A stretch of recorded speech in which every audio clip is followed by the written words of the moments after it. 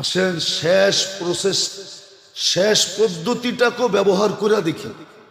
শেষ পদ্ধতিটা, মানুষের দাবি যখন না মানে, সরকার প্রতিষ্ঠান না মানতে চায়, তো সর্বশেষ কি বলে, আমরণ অন্বেষণ শুরু করে, ঠিক না?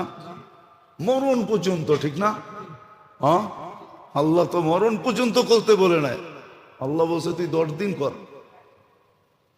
অন্বেষণ করা উচিত।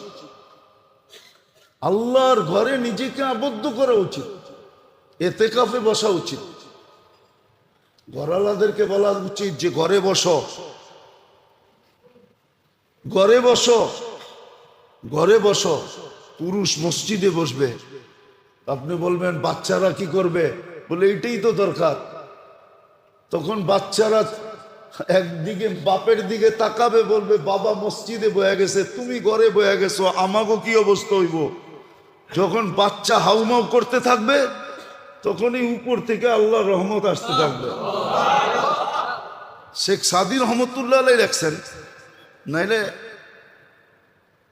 কিচ্ছা কাহিনী আমার অভ্যাস না, কিন্তু যদি মজবুত হয় তাহলে বলতে অসুবিধা নাই। এক আল্লাহওয়ালার অনেক করজ ছিল, তো একদিন সবাইকে টাইম দিছে যে অমুক দিন আইসো, তোমাদের টাকা শোধ করে দেব।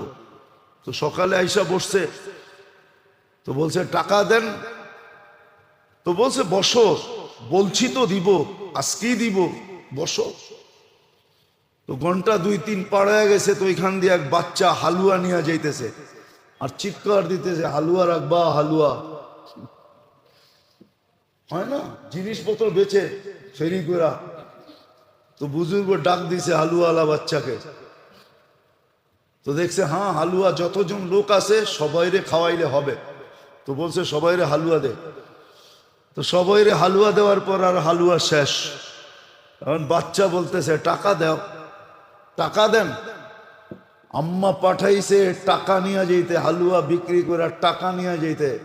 তো বুজুর্গ বলতেছে এরা সবাই তোর মতো পাওনাদার, তুইও পরে দিমুনে, তুইও বস। কিন্তু বাচ্চা তো বাচ্চা, ঠিক না?